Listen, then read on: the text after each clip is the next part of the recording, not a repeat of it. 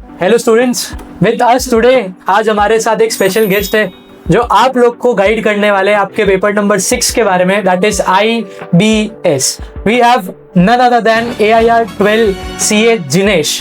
तो दिनेश यार, कुछ सवाल है मेरे, आप उनका जवाब दो, ठीक है। सबसे पहले ये जो अपना पेपर नंबर 6 है IBS, ये ना बच्चों को बहुत तकलीफ देता है, तो आपने जो अचीव किया है उसमें आपकी क्या स्ट्रैटेजी रही थी IBS को लेकर?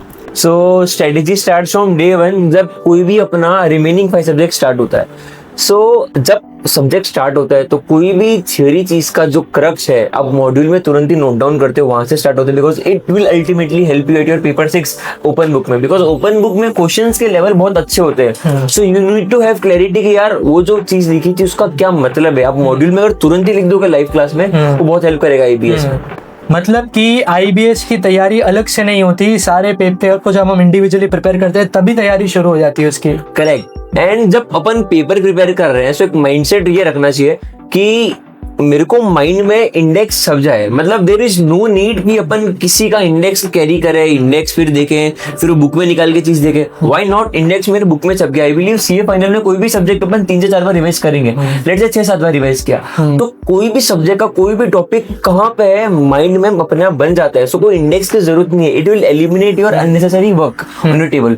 अनदर थिंग जो लॉ और कॉस्टिंग की होगी, तो लॉ और कॉस्टिंग यूजुअली लोग SPOM के क्लियर करने के लिए देते हैं, बट आई बिलीव कि जो ICAI इस बार क्वेश्चन पूछ रहा है सर, एकदम कंसेप्चुअल क्लैरिटी अपन को आनी चाहिए। अगर फेमा है तो मतलब ODI डायरेक्शंस हो गया, ECB डायरेक्शंस की लॉजिकल अंडरस्टैंडिंग की क्यों है, क्या है, फिर जाके अपन वो क्वेश्चन को इंटरप्रेट कर पाएंगे।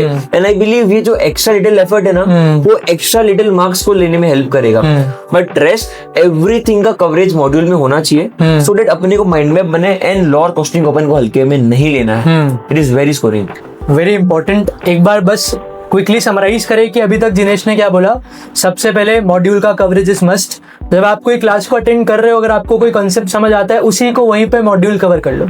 दिनेश ने अपनी बात को स्टार्ट करते हुए इंडेक्स शब्द का मेंशन किया था, तो अक्सर ऐसा देखा जाता है कि बच्चे उस पेपर को अटेंड करने के लिए हर सब्जेक्ट का एक इंडिविजुअल इंडेक्स लेके जाते हैं। बेसिकली इंडेक्स आपको मदद करता है ये मैप करने में कि कौन सा टॉपिक कहाँ दिया गया है।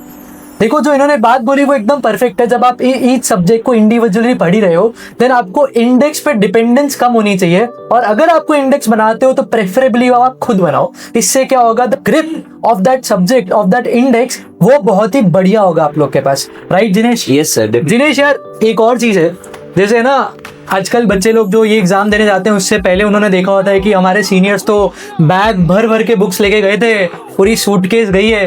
तो यार वो उस टाइम पे जब एग्जाम हॉल के अंदर हमारे पास इतना सब कंटेंट है, वैरायटी ऑफ क्वेश्चंस आ रहे हैं, variety of subjects, variety of answers है, तो उस मोमेंट पे उतना ह्यूज जो हमारे पास फिजिकल चीजें हैं उसे कैसे मैनेज किया जाए? आई बिलीव ये जो इतना सारा है वो अपने माइंड में है। It's very simple sir. अगर मैं बेंच पे बैठा हूँ, आई डू अ थिंग, मैं 3 बॉक्स लूंगा, लेट्स से कार्टून का बॉक्स, एक मेरे लेफ्ट में, एक मेरे राइट में, एक मेरे राइट में। एक बॉक्स में मैं वर्टिकली अरेंज कर दूंगा ग्रुप 1 की बुक्स, एक बॉक्स में मैं वर्टिकली अरेंज कर दूंगा ग्रुप 2 की बुक्स, और एक बॉक्स में जो भी क्वेश्चन बैंक्स और एक्स्ट्रा मटेरियल है। सो वर्टिकली अरेंज करने का सर फायदा ये है कि ऊपर जो व्हाइट स्ट्रिप होती है बुक की, वहां पे मैं लिख सकता हूँ ये सब्जेक्ट की बुक है। So any time I see a question, audit, group 1 से निकाला, खुला। अगर मैं फिजिकली पाइलअप करता हूँ मेरी books, I need to search audit कौन सी है, यहाँ, but now I have a clarity, group 1 यहाँ पे, ग्रुप 2 यहाँ पे, क्वेश्चन बैंक यहाँ पे। सो जो अपना हैंड का मूवमेंट बहुत क्विक होता है, बहुत क्लैरिटी रहती है, और वापस में जो बुक रख रहा हूँ वो सेम ही जगह रख पाऊंगा। बट अगर वो पाइल है, मेरे को पाइल में उठानी पड़ेगी बुक्स, फिर रखनी पड़ेगी। सो जो अपना बॉडी का फिजिकल मूवमेंट है वो बहुत कम हो जाता है। एंड आई बिलीव IBS का paper is way lengthy, and अगर अपन उसको जीतना है तो एक फैक्टर है कि टाइम से जीतना पड़ेगा। एंड आई बिलीव ये चीज से टाइम अपना बहुत बचेगा। गाइस, अगर तुमने इसकी बात ध्यान से सुनी हो ना, तुमको ये समझ आना चाहिए कि यही डिफरेंसेस है, यही माइंडसेट है जो आपको पास से रैंक की तरफ पहुंचाता है। देखो, इसने क्या मस्त बात बोली कि सर देखो टाइम कैसे हम बचा सकते हैं। IBS में अगर जीतना है तो टाइम से जीतना है, ये बात मार्क करके रखना। इन्होंने क्या बोला है सर, 3 कार्ड बॉक्स लेके जाओ, एक कार्ड बॉक्स में बुक्स को रखो, बचे हुए सब में बुक्स को रखो, पर बुक्स के अरेंजमेंट भी कैसे रखने, वर्टिकली, ताकि आप नाम को देख पा रहे हो। See, these are little things that we need to learn from these guys because they have done it. Right Dinesh, बहुत बढ़िया एडवाइस दी आपने यार। एक लास्ट प्रो टिप जो आप लोगों को देना चाहते हो, जो आईबीएस प्रिपेयर कर रहे हैं, जो चाहते हैं कि हमें एक एक्चुअल में कोई स्टूडेंट जिसने फोड़ा है पेपर में वो हमको बताए, तो आप क्या दोगे? मतलब आई बिलीव सर कोई शॉर्टकट्स नहीं है, you just can not rely on कोई भी चीज के just revision video, specially in law and costing, because हर एक क्वेश्चन में एक क्वेश्चन लॉ या कॉस्टिंग का है। अगर मैंने सिर्फ रिवीजन वीडियोस देखे नहीं चलेगा, मुझे इन डेप्थ जाना पड़ेगा कॉन्सेप्ट में। अगर मुझे रेस्ट ऑफ इंडिया से थोड़ा एज चाहिए, क्योंकि अगर वो चीज मैंने इन डेप्थ में की है और ऐसे वही पूछता है, I am able to crack it. I remember sir book में मॉड्यूल का बेटा इलस्ट्रेशन आ गया था, मतलब मैंने मॉड्यूल इतनी थरो की थी, एग्जाम में क्वेश्चन एमसीक्यू आया, मैंने मॉड्यूल खोली तक नहीं, I was able two tick. वो इन डेप्थ कवरेज अगर होगी ना, एग्जाम में टाइम भी बचेगा, प्लस जब पेपर लिखते हैं ना सर, वो कॉन्फिडेंस बहुत जरूरी होता है, मुझे आ रहा है कि मुझे नहीं आ रहा है। इवन आई नो कि जो मैंने पढ़ा है बुक में पता है यहाँ पे तो मिल भी गया है, तो that makes a person very confident. And sir कोई रेफरेंस बुक की जरूरत नहीं है, ICI material is one of its best. तो आईबीएस में जब केस लॉ में पूछते हैं, अब वो रेफरेंस बुक यूजुअली नहीं होते हैं, सो आईसीआई का module is the best for IBS.